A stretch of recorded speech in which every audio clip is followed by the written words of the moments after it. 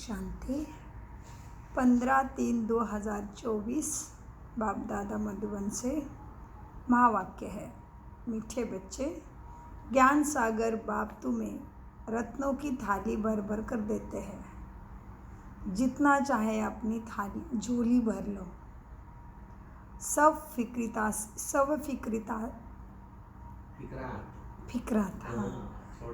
फिक्रातों से फारिग हो जाओ। तो बाबा कैसे देते? थाली भर के ज्ञान रत्नों से। तो जितनी चाहे अपनी झोली भर लो। तो बुद्धि के और संस्कारों की झोली भरना है, माना सब फिक्रातों से फारिग होना है। प्रश्न: ज्ञान मार्ग की कौन सी बात भक्ति मार्ग में भी पसंद करते हैं? उत्तर: स्वच्छता। ज्ञान मार्ग में तुम बच्चे स्वच्छ बनते हो। बाप तुम्हारे जन्मों जन्मों के विकारों वाले मैले कपड़े को धो के स्वच्छ बनाने आए हैं। आत्मा जब स्वच्छ अर्थात पावन बन जाती है, तब घर में जाने के उड़ने के पंख लग जाते हैं। भक्ति में भी स्वच्छता को बहुत पसंद करते हैं।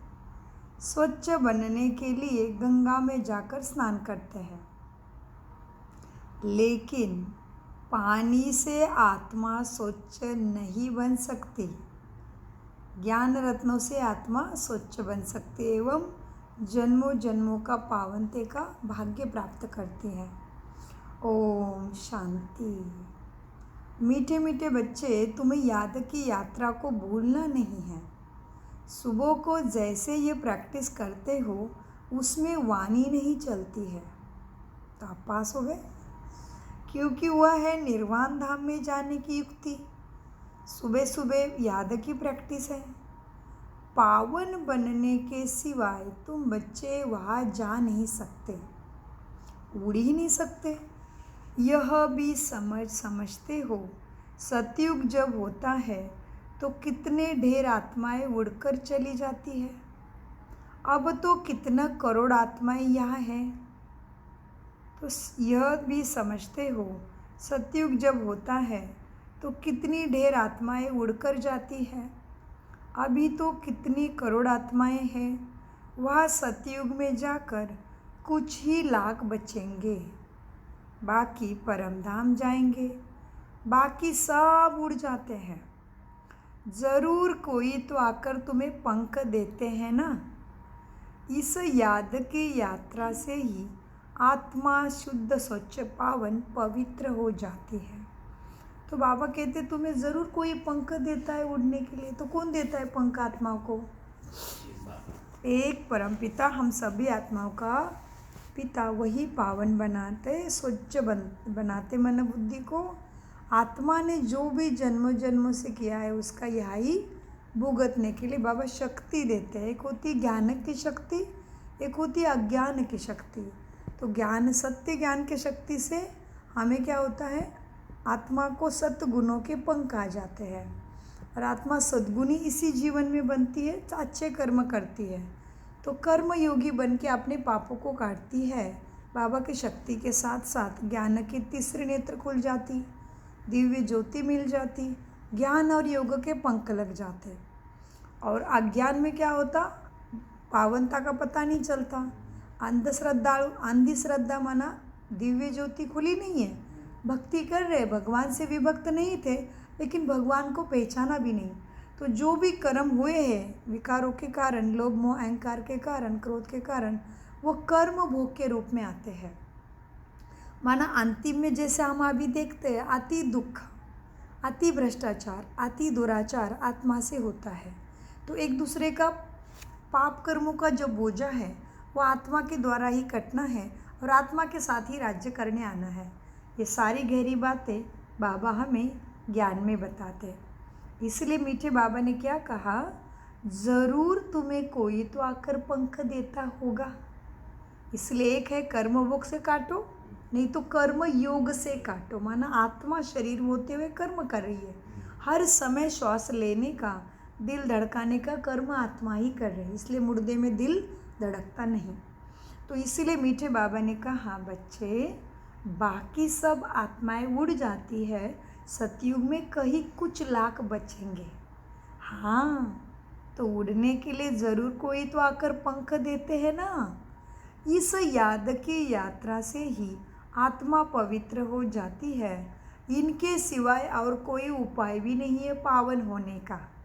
पतित पावन भी एक बाप को ही कहते हैं, फिर कोई ईश्वर कहे उसको, कोई परमात्मा कहे, कोई भगवान कहे, लेकिन ये सारे शब्द परमात्मा के लिए है तो एक, अनेक नामों से बुलावे, एक ही है। नाम अनेक है लेकिन वह अनेक नहीं है। बाप सबका एक ही है। लौकिक बाप सबका अपना अपना होता है। वैसे ही बहुत सिंपल चीज़ें समझने के लिए, कैसे अभी पानी या कोई भी सब्जी एक ही है, लेकिन कोई उसको खट्टा बैंगन कहेगा, कोई टमाटर कहेगा, कोई क्या कहेगा, चीज़ एक ही है, भाषा के कारण अलग अलग हो गया, एक ही चीज़ है। वैसे ही परमात्मा के लिए भी हो गया। परमात्मा एक ही है, लेकिन अपने अपनी भाषा के हिसाब से, अपने अपने अनुभूति के हिसाब से सारे धर्म ग्रंथों में, सारे धर्म पिताओं में नाम अलग अलग रख दिए। तो इसीलिए बाबा आप गहराई से बताते, बच्चे परमात्मा कहो, पतित पावन कहो, बाप कहो, ईश्वर कहो, है तो एक, अनेक नहीं है। तुमने समझ लिया भगवान घट घट में बैठा है, भगवान सब में बैठा है, नहीं, एक ही है। सभी आत्माओं का बाप एक है। अच्छा, कोई बुद्धिमानी कहेगा क्यों माने? मानो, सबके खून का रंग लाल है ना, इसलिए मानो। कितने भी प्रकार का अन्न खाते हो, खून तो लाल ही है। और दूसरी चीज़, चांद पे जाओ, मंगल पे जाओ, जहाँ जाना है जाओ, घर भी बनाओ उधर जाके, इतना भी खोज लगाओ, लेकिन खून बना के दिखा सके क्या अभी तक? तो फिर समझो ना, वो शक्ति है। सबका बाप एक है। लौकिक बाप सबका अपना अपना होता है, बाकी पारलौकिक तो सबका एक ही है। वो एक जब आते हैं ना, तो सबको सुख देकर फिर परम धाम जाते हैं। फिर सुख में उनको याद करने की दरकार ही नहीं, वह भी पास्ट हो गया ना। अब बाप बैठ पास्ट, प्रेजेंट, फ्यूचर का राज तुम्हें समझाते हैं। झाड़ का पास्ट है, मनुष्य सृष्टि के झाड़ का पास्ट भी है, प्रेजेंट भी है, फ्यूचर भी समझना बहुत इजी है। तुम जानते हो कि कैसे बीज से झाड़ होता है। मनुष्य सृष्टि का बीज कौन है? परमपिता परमात्मा। तो कहते कल्पवृक्ष का उल्टा झाड़ दिखाते भगवत गीता में। अब ये झाड़ उल्टा कैसे? परमपिता परमात्मा आके समझाते हैं। बीज परमधाम, परमपिता परमात्मा ऊपर रहते हैं परमधाम में, इसलिए कहा मनुष्य सृष्टि का झाड़ उल्टा है। समझते नहीं, श्लोक और शास्त्रों में गाते जाते हैं, श्लोक्स अध्याय गाते हैं, श्लोक्स गाते हैं, अर्थ तो जाने। मीठे बच्चों, तुम जानते हो कैसे बीज से झाड़ होता है। फिर ये मनुष्य सृष्टि का झाड़ वृद्धि को पाते पाते आखिरी अंत में आ जाता है। उसको ही कहा जाता है सृष्टि का आदि मध्य अंत। यह है वैरायटी धर्मों का झाड़, वैरायटी फीचर का झाड़। सबके फीचर्स अपने अपने हैं, एक न मिले दूसरे से शक्ल। फूलों में तुम देखेंगे जैसा झाड़ वैसे उनके फूल निकलते हैं ना। उन सब फूलों से फूलों के फीचर्स भी एक रहेंगे क्या? उन सब फूलों के फीचर्स एक रहेंगे, परंतु इस मनुष्य सृष्टि रूपी झाड़ में बहुत वैरायटी है। उसमें हर एक झाड़ की शोभा भी अपनी अपनी होती है, लेकिन इस झाड़ में अनेक प्रकार की शोभा है। अच्छा, मतलब बाबा को कहना है जैसे फूल का झाड़ है, अभी कमल जैसे गुलाब का झाड़ है, तो उसमें अनेक फूल निकले तो भी गुलाब के निकलेंगे, वो उस झाड़ में विशेषता है। लेकिन इस झाड़ में वो भी विशेषता नहीं है, सब फूल अलग अलग निकलेंगे, अलग संस्कार, अलग कैटेगरी, अलग स्थान, अलग सब कुछ। फीचर्स, भाषा, समझ, संस्कार अलग, भाग्य अलग। हाँ, तो बाबा कहते हैं बच्चे अभी क्या है, उसमें हर एक झाड़ की शोभा भी अपनी अपनी होती है, प्रकृति वाले झाड़ की। हाँ, लेकिन इस झाड़ में अनेक प्रकार की शोभा है, क्योंकि अलग अलग धर्म आए तो शोभा बढ़ गई ना, अलग अलग हो गई। तो बाबा कहते तो जैसे बाप समझाते हैं, श्याम सुंदर ये देवी देवताओं के लिए है। जब वह सत्व प्रधान से तमो प्रधान बनते हैं तो वही श्याम से सुंदर भी बनते हैं। ऐसे श्याम सुंदर और कोई धर्म में नहीं बनते हैं। उनों के फीचर्स भी देखो, जापानियों के फीचर्स, यूरोपियन के फीचर्स, चाइनीज़ के फीचर्स देखो कैसे अलग अलग है। और भारतवासियों के फीचर्स देखो, है तो सब मनुष्य, लेकिन फीचर्स देखो।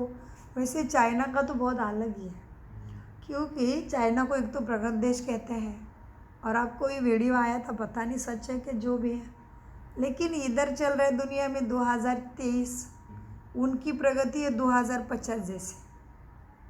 कैसे टॉयलेट है सब जगह पे, वो दिखेंगे बाहर से आपको, कांच ट्रांसपेरेंट है, और अंदर जाते ही कोई बटन दबाना है वो क्लोज हो जाता है। आपने भी सुना है ना? नहीं, सच में है, बैंकॉक में ही है ना। अच्छा, कांच का टॉयलेट? नहीं, टॉयलेट की बात नहीं है, लेकिन जो ये जेमस्टोन का सर्टिफिकेट बनाते हैं ना जेटीसी में, तो उसका ऑफिस ऐसा है। अभी अभी आप देख रहे हो, जैसे मैं अंदर गया ना, क्लोज हो रहा है, वहाँ कोई देख ही नहीं सकता कि अंदर कस्टमर है। उधर ऐसे टॉयलेट है चाइना में, जापान में। और ऊपर से ट्रेनें क्या होती है, अपनी ट्रेनें सीधी चलती है ऐसे, वो उल्टी चलती है। हाँ, लटक के चलती है, तो उसमें जगह का यूज़ किया है, जगह ऐसे क्या क्या क्या क्या उनके ऐसे अलग अलग ही बातें हैं सारी। वो तो देखिए, वो ये जैसे ड्रीम वर्ल्ड में है ना, एक तो रोलर कोस्टर, हैंगिंग कोस्टर है। हाँ, हैंगिंग कोस्टर जैसी ट्रेन बनाई है। हाँ, हैंगिंग को उल्टी चलती है उनकी ट्रेनें। तो इस तरह से दुनिया कितनी अलग है। मनुष्य का खून एक जैसा, मनुष्य है भी वैसा, मरेगा भी जिएगा भी, आत्मा तो एक जैसी ही है, लेकिन फीचर्स अलग है। तो बाबा कहते हैं देखो, फिर इंडियन वालों के फीचर्स भी बदलते होते जाते हैं। उनों के लिए ही श्याम सुंदर का गायन है, इंडियन वालों के लिए, और कोई धर्म के लिए नहीं है। फिर इंडियन वालों को मिला थोड़ा सर्टिफिकेट, क्योंकि देवी देवताओं को लेके बैठे हैं। तो इसलिए बाबा ने कहा सबके फीचर्स अलग तो हैं, लेकिन जापानियों के फीचर्स, यूरोपियन के फीचर्स, चाइनीज को फीचर्स देखो, इंडियन वालों के फीचर्स बदली होते जाते हैं। हाँ, उनों के लिए ही श्याम सुंदर का गायन है, और कोई धर्म के लिए नहीं है, क्योंकि देवी देवता धर्म का आदि सनातन धर्म केवल हिंदू वाले गाते हैं। तो आदि सनातन धर्म कौन सा था? देवी देवता। और हिंदू का धर्म स्थापक कोई नहीं है, तो ये हिंदू वाले ही है जो अपने घरों में देवी देवताओं को रखे मूर्त के रूप में। तो यही है, हिंदू ही देवी देवता वाले हैं, जो जन्म मृत्यु का खेल खेलते खेलते अपने को तमो प्रधान बनने के कारण धर्म जाति भूल गए, तो अपने को हिंदू नदी के किनारे रहते थे, तो इसको हिंदू नाम पड़ा है उनके धर्म का। इनके पास प्रूफ क्या है? इनके पास देवी देवता है, इनके पास कुलदेवी इष्ट देवी गाई जाती है, कुलदेवत कुलदेवी गाई जाती है, इनके पास सारे मिलते हैं ज्ञान के संशोधन। शादी करते हैं उसको लगन कहते हैं, परमात्मा से लगन है। पति को पति परमेश्वर कहते हैं, क्योंकि सही पति को भूल गए तो अपने ही पति को परमेश्वर का नाम तो है, भगवान का नाम उनके चलन में दिख रहा है। इसलिए देवी देवता में श्याम सुंदर कहते हैं भारतवासियों को, इंडियंस को ही। अच्छा, और कोई धर्म के लिए श्याम सुंदर का गायन नहीं है। ये मनुष्य सृष्टि का झाड़ ऐसा है, वैरायटी धर्म है, वह सब नंबरवार कैसे आते हैं ये तुम नॉलेज बच्चों को ही अभी मिलती है, और कोई यह बात को समझ ना सके। ये कल्प है 5000 वर्ष का, इसका वृक्ष कहो या दुनिया कहो, इसको वृक्ष कहो या दुनिया कहो। बाबा कहते हैं ये है मनुष्य सृष्टि का झाड़। आज बाबा ने ऑप्शन दिए बहुत, जो कहना है कहो, लेकिन ऐसा है, वैरायटी बता के फिर एकता में लेके आ रहे हैं। हाँ, मीठे बाबा कहते हैं अभी क्या है, यह बात और कोई समझा न सके। यह कल्प है 5000 वर्ष का, इसको वृक्ष कहो या दुनिया कहो। आधा में है भक्ति, जिसको रावण का राज्य कहा जाता, 5 विकारों का राज्य चलता है।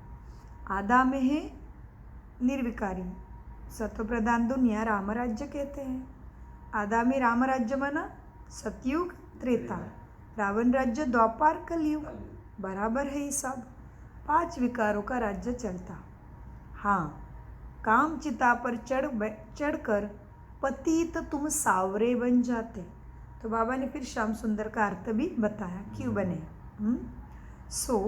काम चिता पर बैठ क्या होता, काम चिता पर चढ़ पतित सावरे बन जाते हो। रावण संप्रदाय वाले की चलन और दैवी संप्रदाय वाले की चलन में रात दिन का फर्क है। मनुष्य उन्हों की महिमा गाते हैं, अपने को नीच पापी भी कहते हैं। अपने ही मुख से अपना गायन करते हैं आरतियों में, हम खलकामी कपटी, हाँ स्वामी तुम हम तेरे सेवक। तो बाबा कहते अपने को ही नीच पापी भी कहते हैं। अनेक प्रकार के मनुष्य हैं। भक्ति तो तुमने बहुत की है, पुनर्जन्म लेते लेते भक्ति करते आए हो। पहले होती है अव्यभिचारी भक्ति, एक की भक्ति पहले शुरू करते हैं, फिर व्यभिचारी हो जाती है, अंत में फिर बिल्कुल ही तुम व्यभिचारी बन जाते हो। तब बाप आकर फिर से तुम्हें अव्यभिचारी ज्ञान देते हैं, जिस ज्ञान से तुम्हारी सद्गति होती है। इसका जब तक पता नहीं है तो भक्ति की है घमंड में रहते हैं। यह पता नहीं है कि ज्ञान का सागर एक ही परमात्मा है। भक्ति में कितने वेद शास्त्र याद कर ज़बानी भी सबको सुनाते हैं। यह सब है भक्ति मार्ग का विस्तार। भक्ति की शोभा है ना। बाप कहते हैं ये मृग तृष्णा समान शोभा है। दिख रही है चमक, लेकिन प्राप्ति कुछ भी नहीं और है ही भी नहीं कुछ प्राप्ति। जी, भक्ति की शोभा है सारी। बाप कहते हैं ये मृग तृष्णा समान शोभा है। वो रेत पानी जैसे दूर से ही चमकता है ना, लगता है कुछ है, जैसे चांद लगता है ऐसा ही सारा है। हिरण को प्यास लगती है तो मृग तृष्णा में भागता है। दूर है रेत पे पानी जैसा दिखता है, लेकिन होती है चमक किरणों की। वो रेत पानी जैसे दूर से ऐसे चमकती है जैसे चांदी। हिरण को प्यास लगती है तो वह उस रेत में भागते भागते फंस जाता है। भक्ति में मनुष्य ऐसा ही फंस रहा है। भक्ति भी ऐसी है, उसमें सब फंसे पड़े हैं। उससे निकालने में बच्चों को मेहनत लगती है। सबको बार बार समझाने की तुम्हें मेहनत लगती है। बच्चे कितना ज्ञान समझाते हैं, 100 को समझाते तब एक निकलता है। तो उससे निकालने में बच्चों को मेहनत लगती है। एक तो खुद को भी मेहनत लगती है, क्योंकि इतने टाइम से चले थे ना भक्ति के अंदर, तो वो संस्कार मिटाने में ज्ञान का बूंद बूंद रोज भी मिस नहीं करना है, एक दिन भी मिस नहीं करना है, तो जल्दी आगे बढ़ेंगे। सो बाबा कहते उससे निकालने में बच्चों को मेहनत लगती है। विघ्न भी इसमें बहुत पड़ते हैं, क्योंकि बाप संपूर्ण पवित्र बनाते हैं ना। कितनी वंडरफुल बातें हैं। कब से ऋषि मुनि साधु पंथ परंपरा आ गई, गुरु मंत्र आ गए, धर्म पिता आ गए, लेकिन किसी ने भी नहीं कहा कि मेरे जैसे पवित्र बनो। किसी ने भी नहीं कहा कि मैंने संसार छोड़ा है, मैं उसके ध्यान में लगा हूँ, तुम भी लग जाओ। नहीं, ताकत ही नहीं किसी में ऐसे बताने के। कहते थे भगवान तुम्हारा भला करेगा, तो भगवान आ गया ना अभी भला करने के लिए। और वही ऑलमाइटी है, निडर है, सर्वशक्ति उसके पास है। इसलिए जो भी हो जाए बच्चों को सद्गति के लिए सच्चा रास्ता बताता है। फिर लड़ो झगड़ो मरो, पवित्र बनना पड़ेगा, क्योंकि वह सत्यम शिवम सुंदरम है। तो वही सत्य निकालेगा, पवित्र बनाएगा, सुखी बनाएगा। तो सुख बनाने के लिए उसको आखिरी रास्ता बताना ही पड़ेगा। फिर जितना झगड़ा करना है करो, निडर है वो। जैसे दुनिया का उदाहरण ले लो, अपना घर में ले लो। मुझे मालूम है बच्चा अभी छोटेपन में ये काम कर रहा है, इसके लिए धोखा है। फिर हम कहते बच्चे छुरी का हाथ मत लगाओ, बच्चे छुरी मत ले लो, बच्चे छुरी मत ले लो। 2 बार समझाने से बच्चे छुरी लेता है तो हम क्या करते हैं, जोर से झटका लगा के उसके हाथ से खींचते हैं ना। वो भले रोए 2 मिनट, लेकिन मुझे पता है छुरी उसके कहीं पे भी घुसेगी। हम लेते हैं प्रैक्टिकल में। वैसी तरह से बाप कह रहा है अभी तुम कितने भी दुखी हो जाओ, झगड़े हो जाओ, पवित्र बनना पड़ेगा, क्योंकि उसको मालूम है किसमें सुख है बच्चों का। इससे हम ज्ञानियों को समझना है, किस चीज़ को पकड़ के बैठे हो गए ना 1-2 बच्चे, बस हो गए मीठे बच्चों। तो इसमें डरने की बात नहीं है, क्योंकि देखो ना, और आगे जाके देखो, पढ़े लिखे हो, जब हॉस्पिटल में बिस्तारा पे बहुत असह्य बीमारी से लड़ते हो, क्या चाहते हो कुछ करना अभी किसी मनुष्य से? क्या चाहते हो? भगवान मेरी मदद कर, भगवान मेरी रक्षा कर, भगवान मुझे बचा ले। अरे उसको ही मांगना है तो उसकी क्यों ना माने? वही तो आखिरी का साथी है। तो जब कुछ सब कुछ ठीक चल रहा है उसको देगा, या आखिरी में क्या, आखिरी सब मांगने वाले तो साधारण हो गए ना। हाँ, दिव्य बनना है, सतप्रधान बनना है, स्वर्गपद चाहिए, सुंदर श्याम के साथ खेलना है, श्याम के साथ कान्हा के साथ रास रचनी है, तो सुनना पड़ेगा सत्यम शिवम सुंदरम की। तो मीठे बाबा कहते बच्चे हैं, क्या है, पवित्र तुम्हें बनना ही पड़ेगा। कितना भी अटको या लटको, एक दिन आओ दूसरे दिन नहीं आओ, लेकिन जो आएगा वो पाएगा। इसलिए महावाक्य कितना ज़बरदस्त आया है, बाप तुम्हें ज्ञान रत्नों से थालियाँ भर भर कर देते हैं, जितनी चाहिए उतनी भर लो। बाप किसी के ऊपर ज़बरदस्ती नहीं करेगा, तुम्हारे सामने परोसा है, क्या खाना है तुम्हारे हाथ में। इस धरा पे सब कुछ उग रहा है, विष भी उग रहा है, अच्छी चीज़ें भी उग रही, तुम्हें क्या खाना है खाओ जी। तो फिर मनुष्य कहता है भगवान की इच्छा जब मुझे देगा। अरे भगवान अभी इच्छा व्यक्त कर रहा है, आज भी कह रहे क्लास में आने वाले। हमने कहा अंकल जी आंटी जी आओ, देगा भगवान की इच्छा है तभी। मैंने बोला भगवान की इच्छा भी हो रही है, बच्चे आके स्वयं को पहचानो, फिर मैं मिल जाता हूँ, फिर मेरे रास्ते पे चलो तो फिर मैं देने के लिए मजबूर हो जाता हूँ, क्योंकि ये दुनिया सारी मेरे बच्चे हैं, दुनिया ही मेरे बच्चे हैं, तो मैं सबको एक जैसा ही दूंगा। फिर आगे कोई रूल बना के रखा उसने कर्मों का, जो करेगा सो पाएगा, नहीं करेगा खाली हाथ ही रहेगा।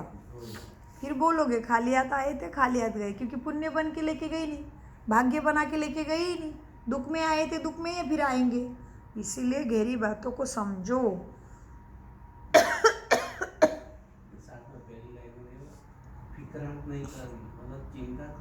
चिंता की बात ही नहीं, भगवान मिल गए, सब मिल गए जी। तो बहुत बड़ी बात है, लगती साधारण है मुरली, साधारण नहीं है, ये उच्च खाना है, इसके ऊपर कोई खाना ही नहीं है। और जी आज तक किसी ने परोसा भी नहीं है, कोई की ताकत ही नहीं कि हमारे जैसे तपस्वी बनो, हमारे जैसे गहरे कपड़े पहनो, हमारे जैसे मठ में रहो, कोई नहीं बोला। मीठे बच्चों, तो क्या हुआ, अपने को नीच पाप कहलाते हो। अनेक प्रकार के मनुष्य हैं, भक्ति तो तुमने बहुत की है, पुनर्जन्म लेते लेते भक्ति करते आए हो। पहले होती है अव्यभिचारी भक्ति, एक की भक्ति पहले शुरू होती है शिव भगवान, शिव परमपिता के शिवलिंग में, फिर भक्ति भी व्यभिचारी हो जाती है। अंत मतलब भक्ति में सच्चाई नहीं रही, सच्ची आस्था नहीं रही। हाँ, अंत में फिर बिल्कुल ही भक्ति व्यभिचारी बन जाते। तो बाप आकर फिर से तुम्हें अव्यभिचारी ज्ञान सिखाते हैं, जिस ज्ञान से तुम्हारी सद्गति होती है। इसका जब तक पता नहीं होता है तो भक्ति की घमंड में ही रहते हैं। यह पता नहीं है कि ज्ञान का सागर एक ही परमपिता परमात्मा शिव है। भक्ति में कितने वेद शास्त्र आदि याद कर जुबानी भी सबको सुनाते हैं। वेद शास्त्र कोई कहते हैं ये तो भगवद गीता कंठी है, इतना मान है, बात मत पूछो। अरे तू कंठी है, लेकिन दूसरे के जीवन में सुख की घंटी बजा सकता है क्या, वो तो पूछो ना उसको। इसलिए बाबा ने कहा भक्ति में कितने वेद शास्त्र याद कर जुबानी भी सुनाते हैं, मना बिना देखे। भक्ति में वेद शास्त्र कंठ कर जुबानी सुनाते हैं। यह सब है भक्ति का विस्तार, भक्ति की शोभा है। बाप कहते हैं, मीठे बच्चे, यह भी मृग तृष्णा समानी शोभा है। वो रेत पानी जैसे दूर से चमकती, हिरन को प्यास लगती, उसके पीछे भागता फंस जाता। मनुष्य ऐसा ही भक्ति में फंस पड़ा है।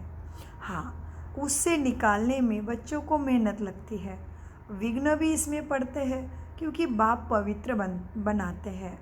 इसलिए हम पीछे गए, थोड़ा विस्तार करके फिर पीछे गए महावाक्य को, क्योंकि बाप पवित्र बनाते, इसकी गहराई अभी हम समझ जाएंगे। द्रौपदी ने भी पुकारा था, सारी दुनिया ही द्रौपदी और दुर्योधन बन गई है। सारी दुनिया में द्रौपदियाँ और दुर्योधन हैं अभी। और फिर ऐसे भी कहेंगे कि तुम सब पार्वतियाँ हो जो अमरनाथी अमर कथा सुना रहे, अमरनाथ की अमर कथा सुन रहे हो। तो हम अभी पार्वती माना पार होने वाले हैं इस दुखों से।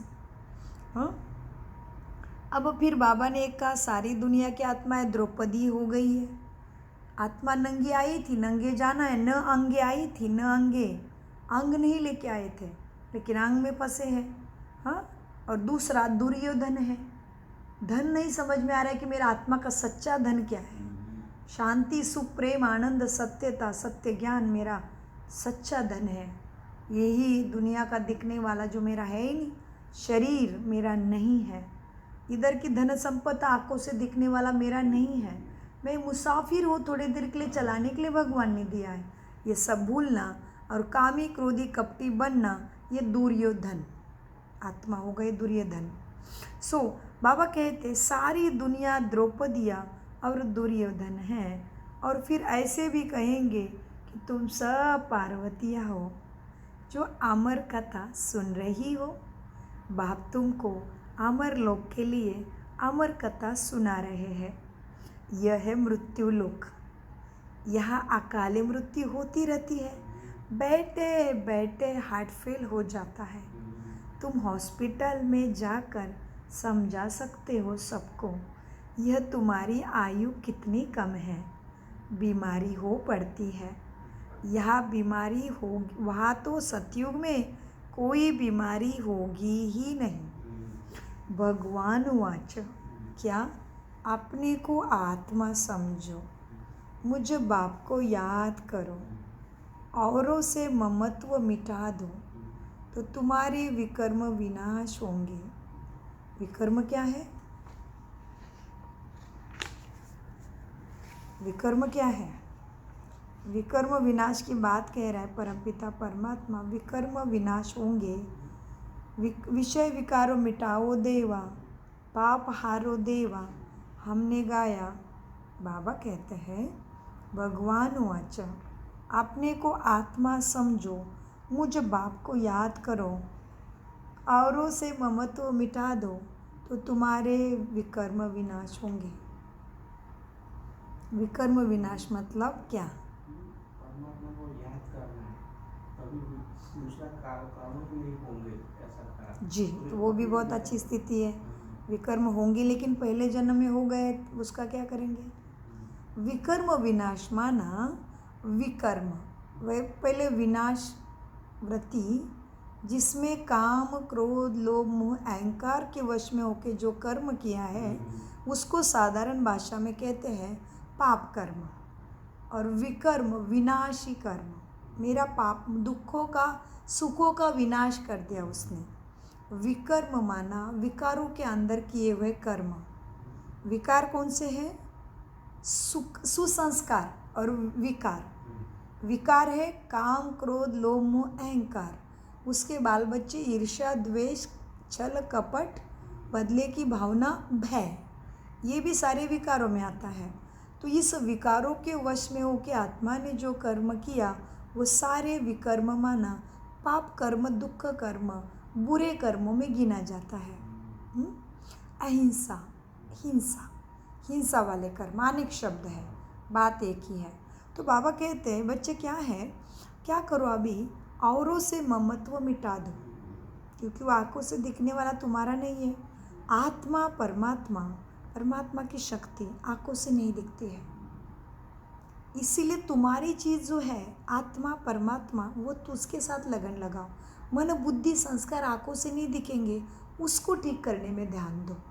उसमें ममत्व रखो कि मुझे पढ़ना ही है, मुझे स्वयं को बदलना ही है, मेरे अंदर क्रोध है, मुझे शांति से व्यवहार करना सीखना ही है। तो ये ठान लोगे तो दृढ़ता के आगे सारी शक्तियाँ प्राप्त हो जाती है। आत्मा जो सोच लेता है, एक बार मन से ठान लेता है, मन से तो कर लेता है। दुनिया में देख रहे हैं, इसीलिए परमपिता परमात्मा कहते बच्चे, मैं अंधों को रास्ता बताने वाला हूँ, तुम्हारे अंदर के भूत मिटाने वाला मैं ही भूतनाथ हूँ, तुम्हारे सारे विकार मिटाओ देवा, अमरनाथ मैं ही अमर बनाने वाला हूँ। जैसे स्वर्ग में जन्म लेते हो तो तुम्हें को तुम्हारे सारे पाप मिट गए ऑलरेडी, अभी हमने उससे बुद्धि योग लगाया, फिर जीते जी सुकर्म करें। तो कहते बच्चे, भगवान कोशिश करने वाले को कभी हार नहीं होती। तो बाबा कहते बच्चे, तुम्हारा एक कदम बाबा के 1000 कदम, तुमने सोच लिया बाबा मैं कोई विकर्म नहीं करूँगा।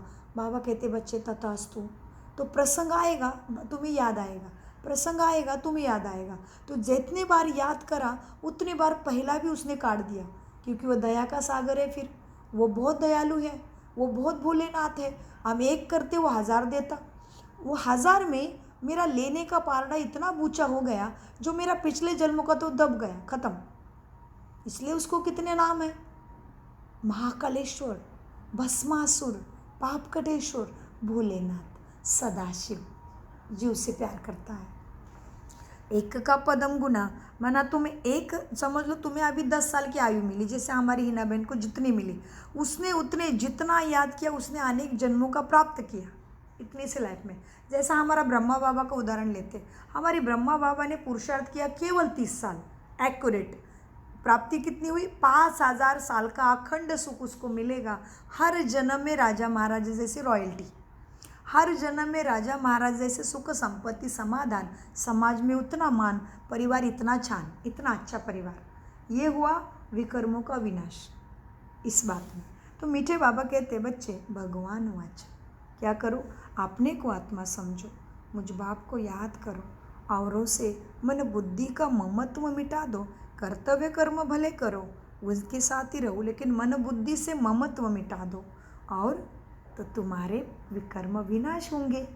फिर कभी बीमार भी नहीं होंगे, काल भी नहीं खाएगा, अकाली मृत्यु नहीं आएगा, आयु भी बड़ी होगी। वाह, इन देवताओं की आयु बड़ी थी ना, फिर बड़ी आयु वाले कहाँ गए, सोचो कहाँ गए। पुनर्जन्म लेते लेते आयु कम होती हुई दुनिया में आ गए। एक बार आत्मा खेलने ऊपर से आती, फिर उसी को खेलने में लग जाती। बाप जब लेने आता तभी वो घर जाने के लिए सक्षम होती। कितनी इजी बातें हैं। इसलिए हमारा है सहज राजयोग मेडिटेशन। मुश्किल नहीं है, तड़पने का नहीं, भूखे रहने का नहीं, घर छोड़ने का नहीं, काम धंधा भी छोड़ने का नहीं। मीठे बच्चों, छोड़ने का क्या है, मन से काम क्रोध लोभ मोह अहंकार ममत्व छोड़ दो। मीठे बच्चों, इन देवताओं की आयु बड़ी थी ना, फिर बड़ी आयु वाले कहाँ गए। पुनर्जन्म लेते लेते आयु कम हो जाती है। हिसाब क्लियर है। बार बार कपड़े पहने, अभी तुमने भले 1 लाख का शर्ट लिया है भाई, बनाते भी है, अभी पहनोगे तो क्या होगा, पुराना तो होगा ना। नियम है भाई सृष्टि का, हर चीज़ पुराना होना है, हर चीज़ नई से पुराना होना है। तो कोई बुद्धि वाला कहेगा देवी देवता थोड़ी ना पुनर्जन्म लेते। अच्छा, तो पुनर्जन्म लेती तो दिखाओ अभी राम को, फिर साक्षात था ना राम, अभी क्यों फोटो में बैठे हो। पुनर्जन्म लिया ना, वो चेतना गई तो फोटो लेके बैठे हो। जैसे महात्मा गांधी थे, अभी हमारा बच्चा बोलेगा थे तो हम क्यों माने। अरे बच्चे थे, हम बता रहे हैं ना, तो बच्चा बोलेगा हम नहीं मानेंगे, तो हम बताए बच्चे ये पुराण है ना, ये उनकी गाथा है, लिखी हुई है, ये उनका फोटो है, तो बच्चा मानेंगे हाँ मम्मा लिखा है उनके लिए। वैसे ही देवी देवताओं के लिखा है ना, इतना गायन कर रहे हो ना, घर घर में देख रहे हो ना, फोटो में है ना, तो फोटो में रहने वाली इधर सृष्टि पे चेतन में भी रहती है। तो समझदार को इशारा फिर कापी। तो मीठे बाबा कहते हैं, बच्चे ये सुख दुख का खेल है। बड़ी आयु वाले देवता, स्वर्ग वाले देवता कहाँ गए? पुनर्जन्म लेते लेते आयु कम हो जाती है। ये सुख दुख का खेल है बच्चे, इसको तुम्हारे सिवाय कोई नहीं जानते। तुम भी क्यों जाने? जानी जाननहार बाप से स्वयं को पहचाना, बाप को पहचाना, खुद के घर को पहचाना, फिर ये कर्मों का हिसाब जाना, कल वृष्टि को जाना, सतयुग त्रेता का राज स्वस्ति का जाना, सब कुछ जाना तो तुम मास्टर जानर जानिहार हो गए। वो जान देने वाला तुम हो गए मास्टर जानी जाननहार। मीठे बच्चों, ये सुख दुख का खेल है, इसको कोई नहीं जानते। मेले मलक खड़े कितनी करते हैं। कुंभ मेला कहते आ जाओ कुंभ मेले में, पुण्य प्राप्ति होगी। बाबा कहते मेले मलक खड़े कितने करते हैं। कुंभ के मेले में कितने लोग बेचारे स्नान करने जाते हैं, सोचते स्नान करके हम पावन बनेंगे, लेकिन कोई पानी की गंगा पावन थोड़ी बना सकती है। हाँ, सत्य ज्ञान बुद्धि में चाहिए। तो कुंभ के मेले में कितने लोग स्नान करने के लिए जाकर इकट्ठे होते हैं, परंतु फायदा कुछ भी नहीं। तुम रोज स्नान करते हो, पानी तो सब जगह सागर से ही आता है। सबसे अच्छा पानी तो कुएं का होता है ना, नदियों में तो किचड़ा पड़ा रहता है। हाँ जी बाबा, तो रिवाज पड़ा हुआ है पानी से नहाने से पावन बनेंगे, नहीं, ज्ञान गंगा से नहाना पड़े, क्योंकि बाबा है ज्ञान का सागर। तो सागर नाम मिलने से उन्होंने परमात्मा को न जानने के कारण अपने को वो पानी वाले सागर से पावन बन सकते ऐसे समझ लिया। लेकिन ये ज्ञान सागर की बात थी, ज्ञान उड़ गया, सागर तत्व के साथ जुड़ गए हैं। ये भी होना है, खेल है। हाँ, रिवाज पड़ गया है नहाने का, गंगा स्नान करने का, लेकिन उससे पावन बने होते तो अभी आता दुख आना नहीं चाहिए। गंगा स्नान में तो पुरखों से कर रहे हैं, पीढ़ी से युगों से कर रहे हैं, तो अभी तो आती दुख हो गया। तो समझदार को इशारा काफ़ी। मीठे बच्चों, पानी से कोई पावन नहीं बनता है। भक्ति मार्ग में भी स्वच्छता को पसंद करते हैं। देखो, किसी देवी देवताओं को बनाना है, पूजा रखनी है, तो भी घर का कोना कोना साफ करते हैं। दिवाली आ रहे कहते हैं, अरे बाबा दीप जलाना था आत्मा का, तभी दिवाली हो जाएगी। एक से अनेक दीप जगेंगे तभी सारी लक्ष्मी की पूजा हो जाएगी, मिठाई भी मिल जाएगी। सारा शास्त्र इधर से है। अभी परमात्मा आत्मा की जो परम सदगति कर रहा है, परम धाम से आके, वो जो पढ़ाई चल रही है, ये पढ़ाई से हम जो भाग्य पाते हैं, इसी का फिर शास्त्रों में व्रत, तीर्थ, त्योहार, मलखड़े, इसमें गीता पुराण में लिख जाता है कि भाई ऐसे ऐसे करो। हमारा जो देवी देवता बनने का प्रोसीजर अभी चल रहा है, इसी का ही फिर शास्त्र बनता है, इसी के हुए त्यौहार बना के फिर चलते रहते हैं जब तक फिर वो नहीं आ रहा है। दिवाली है, फिर दशहरा आता है। अभी दशहरा वरना 10 विकारों को कैसे हराएंगे? दशहरा, फिर रावण को जलाते, सारी विधि परफेक्ट है। फिर होली, अरे बाबा होलिया छोड़ दो, अभी भगवान आया, बैठ जाओ, दुखी मत होना कि मेरे से ये हुआ, मेरे से वो हुआ, मेरे से वो, अरे छोड़ो, कोई बात नहीं, अभी फुल स्टॉप। होली जला दो उसको, बस हो लिया ना, बस बिंदी लगा के बैठ जाओ उसके ज्ञान में, बात गई। होली कर दो, होली उसकी, फिर होली करते। अच्छा होली में क्या हुआ, देखो कैसे जलाते हैं। अच्छा फिर क्या करते, रंग लगाते, फिर मिठाई खाते। अरे रंग जाओ परमात्मा के रंग में, देखो मिठाई मिठाई जीवन में। ये सारे शास्त्र में गहरा राज है। फिर रक्षा का बंधन, किसने किसको, भाई ने बहन को बांधना है, फिर भाई ने बहन को निभाना है। फिर भाई की वृत्ति नहीं होती बहन की तरफ, फिर बुरी, भाई ऊपर से उसको अन्याय से बचाता रहेगा। ये भाई बहन का रिश्ता किसने बनाया था? रक्षा का बंधन उसने बांधा था, पवित्रता का, उससे रक्षा होनी थी। तो आ गए ना सारे त्योहार ज्ञान से। तो मीठे बच्चों, भक्ति मार्ग में स्वच्छता को पसंद करते हैं। अब परमात्मा को कितना पुकारते हैं कि आकर हमको स्वच्छ बनाओ, पावन बनाओ। गुरु नानक ने भी परमात्मा की महिमा गाई है कि कि मूत पलित कपड़ा धोए। बाप आकर मूत पलित कपड़ों को स्वच्छ बनाते हैं। यहाँ बाप आत्मा को स्वच्छ बनाते हैं। वही गायन उन्होंने किया है। बाप आकर मूत पलित कपड़ों को स्वच्छ बनाते हैं। यहाँ बाप आत्मा को स्वच्छ बनाते हैं। वो लोग आत्मा को निर्लेप समझते हैं, कहते आत्मा पे लेप सब नहीं चढ़ता। लेकिन मूत पलित कपड़े किसने धोए? गुरु नानक जी ने परमात्मा की महिमा गाई है कि मूत पलित कपड़े दो कपड़ धोए, माना आत्मा को साफ करने वाला वही है। हाँ, बाप भी आकर तुम्हारे बुरे कर्म, विकर्म, पाप कर्मों का मूत पलित कपड़े को स्वच्छ बनाते हैं। यहाँ बाप आत्मा को स्वच्छ बनाते हैं। वो लोग आत्मा को निर्लेप समझते हैं। बाप कहते हैं यह है ही रावण का राज्य, सृष्टि की उतरती कला है। गायन भी है ना, चढ़ती कला तेरे बहाने सर्व का भला, सर्व की सद्गति हो जाती है। हे बाबा, आपके द्वारा सबका भला हो जाता है। सद्गति में सबका भला होता है। वहाँ सब शांति में रहते हैं। एक ही राज्य है सतयुग में, एक ही भाषा, एक ही धर्म। जैसा राजा वैसे प्रजा को सुख है। उस समय और सब शांति धाम में रहते हैं। अब ये लोग माता कितना मारते हैं कि विश्व में शांति हो। अभी उनसे पूछो, आगे कभी विश्व में शांति थी जो अब फिर मांग रहे हो? वो फिर कह देते हैं अभी कलयुग में 40,000 वर्ष और पड़े हैं। मनुष्य घोर अंधियारे में है। कहाँ 5,000 वर्ष का सारा कल्प, कहाँ एक कलयुग की कली को ही 40,000 वर्ष बताते हैं। अनेक मतांतर है। बाप आकर सच बताते हैं कि जन्म भी 84 ही है, लाखों वर्ष की बात नहीं है। लाखों वर्ष हो फिर तो मनुष्य जानवर आदि भी बन जा सकते हैं, परंतु कायदा नहीं है। 84 जन्म मनुष्य ही लेते हैं। उसका हिसाब किताब भी बाप बतलाते हैं। ये नॉलेज तुम बच्चों को मन बुद्धि में, संस्कारों में धारण करनी है। ऋषि मुनि तो नेति नेति करके गए, अर्थात हम नहीं जानते हैं। ऋषि मुनि ने क्या बोला है?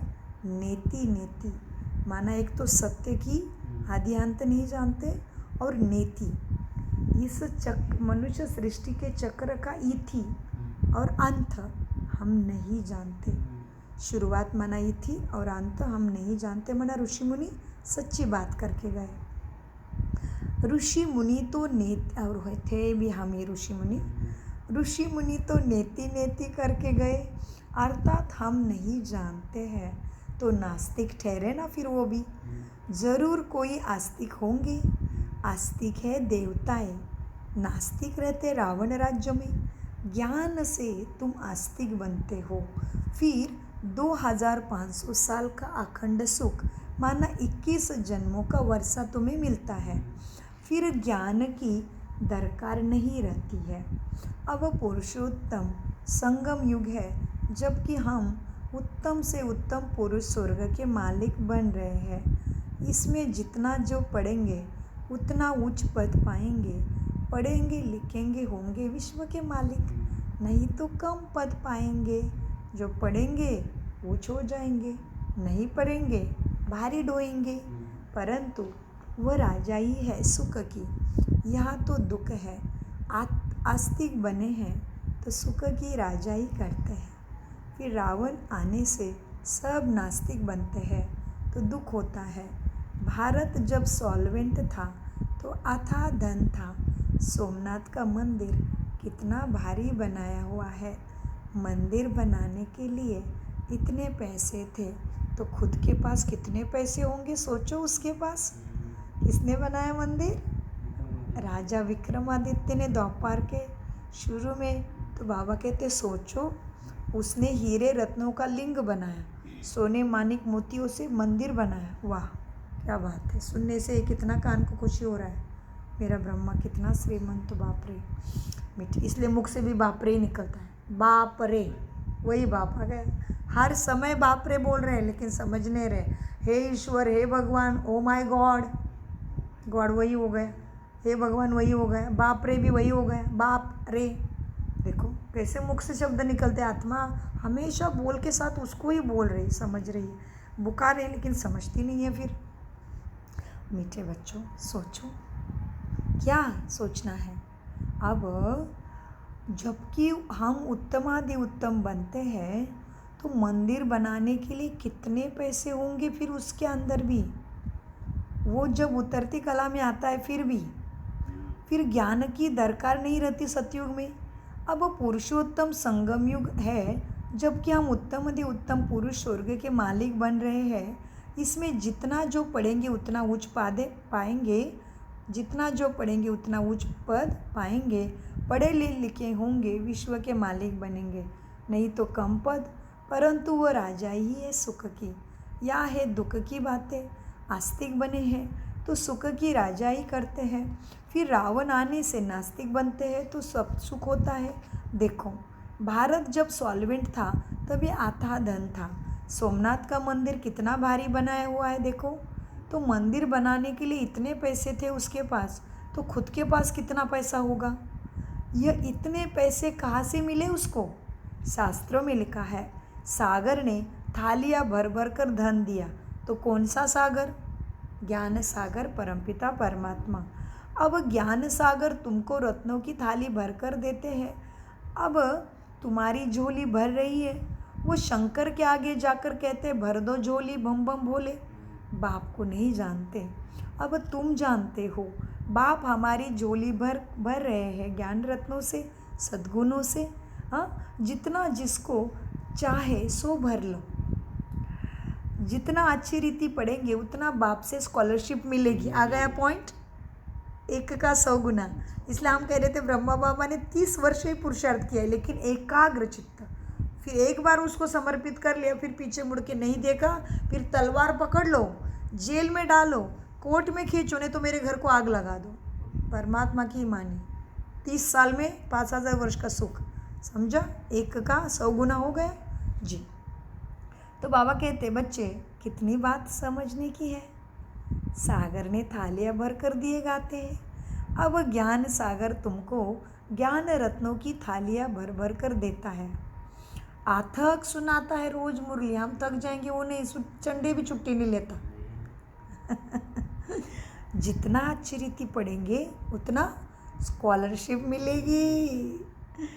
चाहे तो ऊंचे ते ऊंचे डबल सिरताज भी बनो, चाहे गरीब प्रजा व दास दासी बनो, तुम्हारे हाथ में है। बहुत है जो फाकराती भी पढ़ाई को दे देते हैं, फारकती भी देते हैं। यह भी ड्रामा में नोंद है, खेल है, ऐसा एक्टर है तो ड्रामा चल रहा है। तो बाप कहते हैं बच्चे मुझे कोई फिक्र नहीं है, मेरी ड्यूटी करके मैं चला। मैं तो फिक्रात से फारिग होना तुमको भी बना रहा हूँ। फिक्रात से फारिग हो जाओ बच्चे। फिक्रात से फारिग स्वामी किंदा सदगुरु, तुमने ही गाया है। स्वामी जो सबका बाप है उनको मालिक भी कहते हो।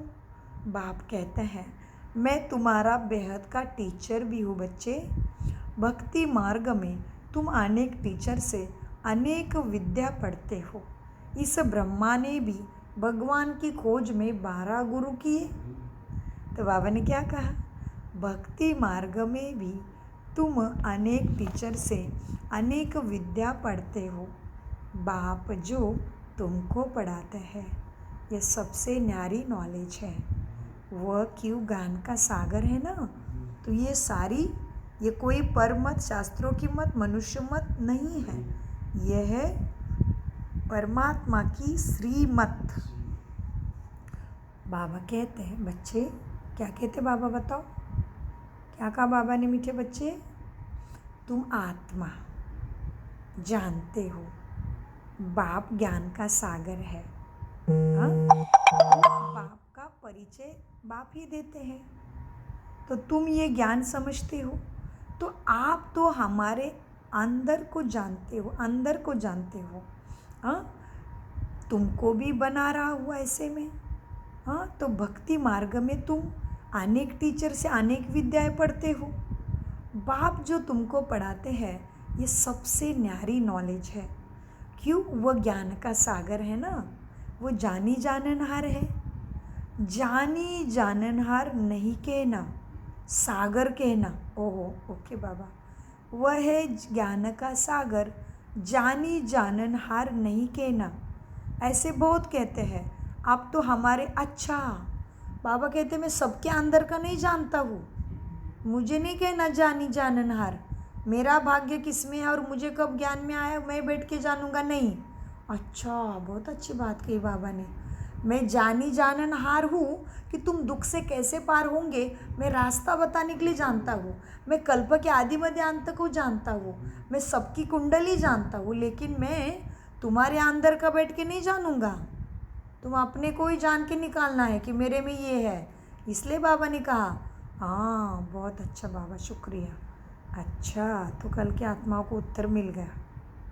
Thank you. बाबा को पता चलता है मेरा बच्चा दिन रात किसी के साथ क्या सेवा कर रहा है। मीठे बच्चों, देखो क्या कहा बाबा ने। हाँ, मैं जानी जाननहार हूँ, लेकिन तुम्हारे अंदर का बैठ के नहीं जानूंगा। यह अपने आप को ही समझना है कि मुझे कैसा पुरुषार्थ करना है। वो ज्ञान का सागर है, नॉलेज देता है, लेकिन ज्ञान का सागर है, लेकिन जानी जाननहार नहीं कहना। ऐसे बहुत कहते बाप को, आप तो हमारे अंदर को जानते हो ना। बाप कहते हैं, मीठे बच्चे, मैं कुछ नहीं जानता हूँ तुम्हारे अंदर का। मैं तो तुम बच्चों को पढ़ाने के लिए आता हूँ। तुम आत्मा अपने इस तख्त पर विराजमान हो, मैं भी इस तख्त पर बैठा हूँ। तुम अपने आत्मिक स्थिति में आ जाओ, सत्यता की स्थिति में आ जाओ। बस इतना ही मैं सिखाने आया हूँ। मैं तुम्हें आत्मा जानता हूँ, बाकी तुम्हारे पाप कर्म तुम्हें ही मिटाना है। हाँ, तुम्हें याद करना पड़ेगा, गुणों को धारण करना पड़ेगा, पढ़ाई की मेहनत समय निकाल के करना पड़ेगा। खाने की भी समय देते हो ना, तो जैसे शरीर के लिए समय देते हो, उस आत्मा को भी सृष्टि भी समय देना पड़ेगा अपने को। शरीर के लिए समय देते हो, सोने का समय, उठने का समय, खाने का समय, संवारने का समय, सफाई का समय, वैसे ही आत्मा पर, आत्मा और शरीर दो चीज़ें हैं ना, तो आत्मा को संवरने के लिए भी समय देना पड़ेगा। तो वही समय अभी चल रहा है कि कुछ नहीं करो, बस एक बार अपने पास के नज़दीकी ब्रह्म कुमारी सेंटर में जाके राजयोगा करो, तो सहज राजयोगा मेडिटेशन से आपका जीवन सहज हो जाएगा।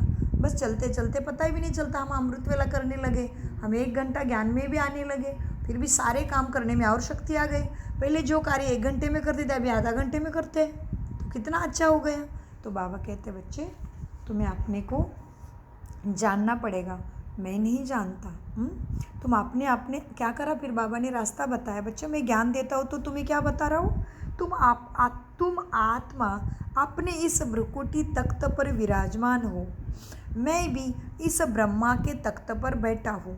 आत्मा कोई छोटी बिंदी है, आत्मा कितनी छोटी बिंदी है यह भी कोई नहीं जानता। तब बाप कहते हैं, मीठे बच्चों, पहले आपने को आत्मा समझो, फिर बाप को समझेंगे। यही सबसे उच्च रास्ता है। क्या करना पड़ेगा, पहले सपोज टू लेना पड़ता है हर चीज़ में, साइंस में भी सपोज टू, मैथ में भी सपोज टू, तभी सॉल्व होता है उत्तर। तो पहले अपने को आत्मा समझो, तभी परमात्मा को समझेंगे। ओके बाबा, आज फिर उनको, आज राजयोगा चल रहा है, 4 जनों का ये प्रदर्शनी देख के गए थे, राजयोगा करने आ गए, तो उनके बहुत सारे प्रश्न हैं, तो उनको समझाना पड़ेगा। तो बाबा ने इशारा दिया है कि इस तरह से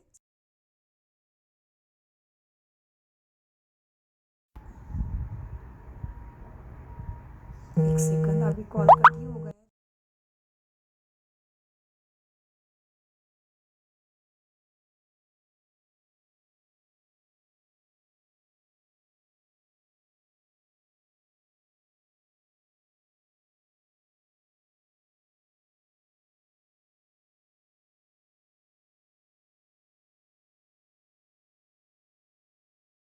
ऐसे किया, मुरली डिस्कनेक्ट हो गई रिकॉर्डिंग। चलो ड्रामा देख रहे हैं बाबा, कितने समझदार बन गए हो। चलो कोई बात नहीं, दूसरा रिकॉर्डिंग करती हूँ धारणा के लिए। धारणा पे आ रहे हैं, रिकॉर्डिंग कट हो गया ना, वो फ़ोन आने से। यूट्यूब पे डालते हैं ना हम, हाँ जी। जो भी करते हैं वो।